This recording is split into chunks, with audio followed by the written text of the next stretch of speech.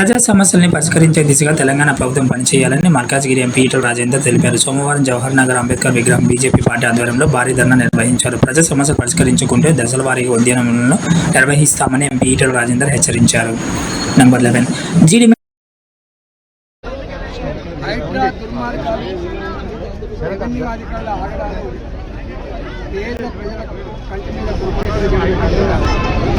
పేదల ఇళ్లను తెచ్చివేసి పేదల భూమి చేపట్టి పేదల బతుకులు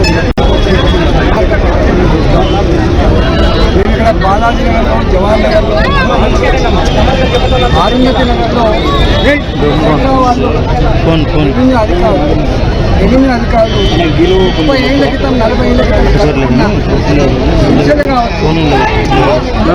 రేపుల చెట్లు కావచ్చు, కింద జీవించే వాళ్ళు కావచ్చు, వాళ్ళ భూమి 30 గజాలు, 40 గజాలు, 50 గజాలు, 60 గజాలు చిన్న అంటే పొట్ట చేత పట్టుకొని కూరగాయలు అమ్ముకొని పళ్ళు అమ్ముకొని ఇళ్లల్లో పనిచేసుకొని పట్టుకొని కుటుంబాలు ఇవాళ కొంచెం ఓ ₹1,00,000 ₹2,00,000 సంపాదించుకొని చిన్నపాటి రేకుల చెట్టు వేసుకున్నామన్నా, రేకుల చెట్టు తీసేసి ఒక స్లాబ్ వేసుకున్నామన్నా కూడా గద్దల్లా మారిపోయి లంచాలు కనుక ఇవ్వకపోతే లంచాలు 30 గజాల నుంచి 60 గజాల భూమిలో ఇల్లు కట్టుకుందామంటే ₹4,00,000 ₹5,00,000 లంచం ఇవ్వకపోతే కాంప్లైంట్ దుర్మార్గాలు చూస్తారు. వీళ్ళు కొత్తగా ఆక్రమించుకున్న భూములు కాదు, కొత్తగా కడుతున్న కాలనీలు కాదు, ఇవన్నీ కూడా పాత కాలనీలలో 30 ఏళ్ల క్రితం కట్టుకున్న చిన్న చిన్న ఇల్లు తప్ప ఒకటి కాదు. కాబట్టి ఇలా దీనికి వ్యతిరేకంగా మేము ధర్నా కార్యక్రమాలు చేపట్టాం. నేను ఒకటే ఈ ప్రభుత్వాన్ని హెచ్చరిస్తా ఉన్నా, పేదల జీవితాలతో చెలగాటమాడే దుర్మార్గపు ప్రభుత్వం ఇవాళ వాళ్ళ ఉసురు తగిలి పోవడం తప్పదని చెప్పి హెచ్చరిస్తా ఉన్నా.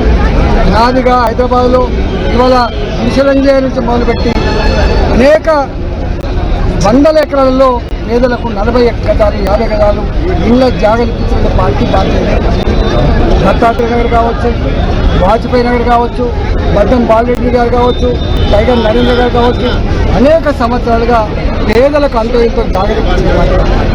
అలాంటి బస్తీలను కూలగొట్టే ప్రయత్నం చేయొద్దని చెప్పి ప్రభుత్వాలు హెచ్చరిస్తాను. రెండవది డంప్ యార్డ్. ఈ డంప్ యార్డు 40 ఏళ్ల క్రితం మొత్తం హైదరాబాద్ 1.5 కోట్ల జనాభాకి ఇదే డంప్ యార్డు. ఆ డంప్ యార్డు వల్ల చుట్టుపక్కల 20 కిలోమీటర్ల వరకు ఆ మురికి నీళ్ళని కూడా విషంతో కూడిన నీళ్ళుగా మారిపోయి ఇలా బోర్లు కానీ, బావులు కానీ, వ్యవసాయాలు కానీ, ఇలా తాగే నీళ్లు కానీ విషమైపోయి జీవించే పరిస్థితి. రెండోది వాసనకి భరించే పరిస్థితి. ఇక్కడ ఆ డంప్ యార్డుతో వచ్చేటువంటి పురుగులు, కీటకాలు వాలిపోతే మొత్తం పురుగులు వస్తారు. వీళ్ళు సంపాదించిన పైసా వైద్యానికి పోతుంది తప్ప వాళ్ళు బాగుపడే పరిస్థితి కనబడుతుంది.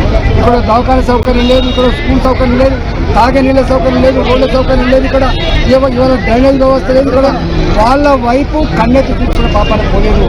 కొద్దిమంది బ్రోకర్లు, కొద్దిమంది నాయకులు పెద్దవాళ్ళు అవుతున్నారు తప్ప పేదవాళ్ళ బతుకులు మాత్రం మారుతుంది. కాబట్టి నేను ఈ ప్రభుత్వాన్ని హెచ్చరిస్తా ఉన్నా, పిచ్చి వేషాలు బంద్ చేసి వాళ్ళకు గతంలో అనేక మందికి దీన్ని గ్రామఖండంగా గుర్తించి పట్టాలు ఇస్తామని చెప్పిండు, 6,000 మందికి ఇస్తా అని చెప్పిండు, జీవో నంబర్ 58 కింద ఇస్తా అని చెప్పిండు. ఇప్పటికి కూడా వాళ్ళ ఉసురు పోతున్నారు. కాబట్టి తక్షణమే ఈ కూల్చివేతలు ఆపాలని, వాళ్ళ ఇళ్లకు వాళ్ళకు పట్టాలు ఇవ్వాలని చెప్పి నేను డిమాండ్ చేస్తున్నా. లేకపోతే ఈ ప్రభుత్వం భర్తం పట్టడం కోసం ఉద్యమం బాట పట్టక తప్పదని చెప్పి హెచ్చరిస్తా ఉన్నాం.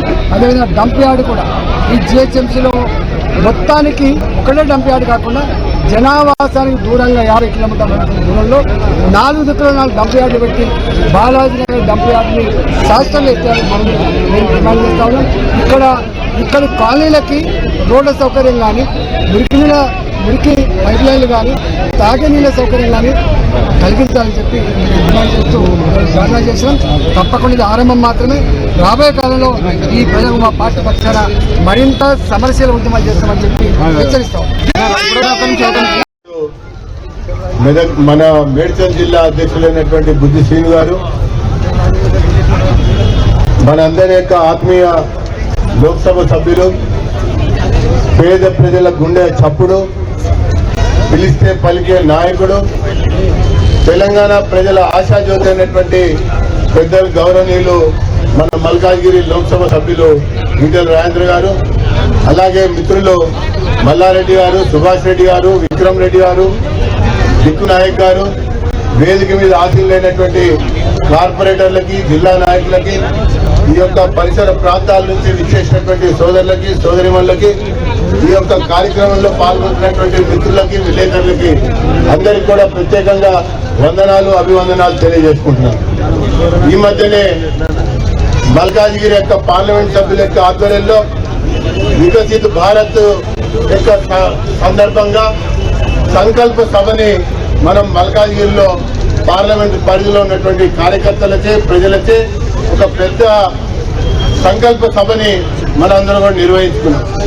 ఆ యొక్క వికసిత్ భారత్ యొక్క సంకల్ప సభలో అంతర్భాగంగానే రచ్చబండ అనేటువంటి ఒక కార్యక్రమం ద్వారా ఎన్నికైనటువంటి ఎంపీలు, ఎన్నికైనటువంటి ఎమ్మెల్యేలు, పోటీ చేసినటువంటి నాయకులు, ఇతర ప్రజాప్రతినిధులు కూడా ఈ సంకల్ప సభలో భాగంగా రచ్చబండ అనేటువంటి కార్యక్రమాన్ని ఏర్పాటు చేసి ప్రజలకు సంబంధించినటువంటి సమస్యల యొక్క పత్రాలను స్వీకరించడం, ఆ రకంగా వినతి పత్రాలు స్వీకరించడం, దాంతో పాటుగా అవసరమైతే ప్రభుత్వం మెడలు వంచడం కొరకు, కళ్ళు తెరిపించడం కొరకు అక్కడనే ధర్నా నిర్వహించేటువంటి కార్యక్రమం అంతర్భాగంగా ఈ రోజు రాజేంద్ర గారి యొక్క నేతృత్వంలో ఇక్కడ మనందరం కూడా ధర్నా చేస్తున్నటువంటి విషయం మనందరం కూడా చూస్తా ఉన్నాం. మరి ఇందాక మిత్రులు మాట్లాడారు, ఈ యొక్క బాలాజీ నగర్, ఈ యొక్క జవహర్ నగర్ సంబంధించి 80 నుంచి ఈనాటి వరకు చూస్తే కూడా ఈ జవహర్ నగర్, బాలాజీ నగర్ ప్రజలు కాంగ్రెస్ ప్రభుత్వాన్ని చూశారు, తెలుగుదేశం ప్రభుత్వాన్ని చూశారు, బీఆర్ఎస్ ప్రభుత్వాన్ని చూశారు, మళ్ళీ ఇప్పుడు మరి కాంగ్రెస్ ప్రభుత్వాన్ని చూస్తా ఉన్నారు. మరి ఆనాటి నుంచి బాలాజీ నగర్, బీజేఆర్ నగర్, పక్కకున్న ఆరుంధతి నగర్, అనేక కాలనీల పేరిట 40 ఏళ్ల క్రితం, 50 ఏళ్ల క్రితం బాలాజీ నగర్ చికెన్ సెంటర్లో పనిచేసి బతికేటోళ్ళం, 4 ఇళ్లలో బట్టలు ఉతికి బతికేటోళ్ళం, 4 ఇళ్లలో బోలుతో బతికేటోళ్ళం. మా పిల్లల్ని ఇళ్లలో వదిలిపెట్టి